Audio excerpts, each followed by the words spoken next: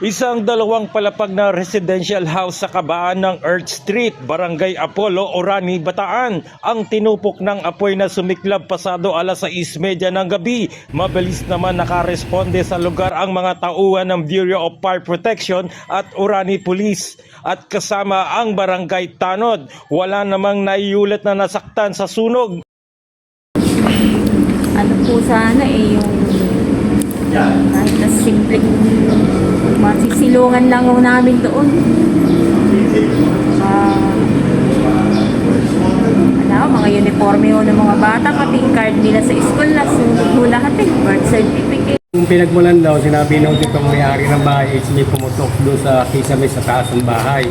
Ngayon, ang aking magiging panawagan lang, sana kung medyo kalumaan na yung bahay is saka yung mga linya patingnan para hindi na maulit yung naganap na sunog kagabi dahil yung putok bigla na lang nang tinawagan ako bakit ako nis napakalakas na ng apoy dahil sa kalumaan ng bahay. Ang sa akin lang, sa aking mga kabarangay, pag nakita nyo nang alam nyo ng luma yung mga linya, medyo tingnan para hindi na maulit itong naganap kagabi.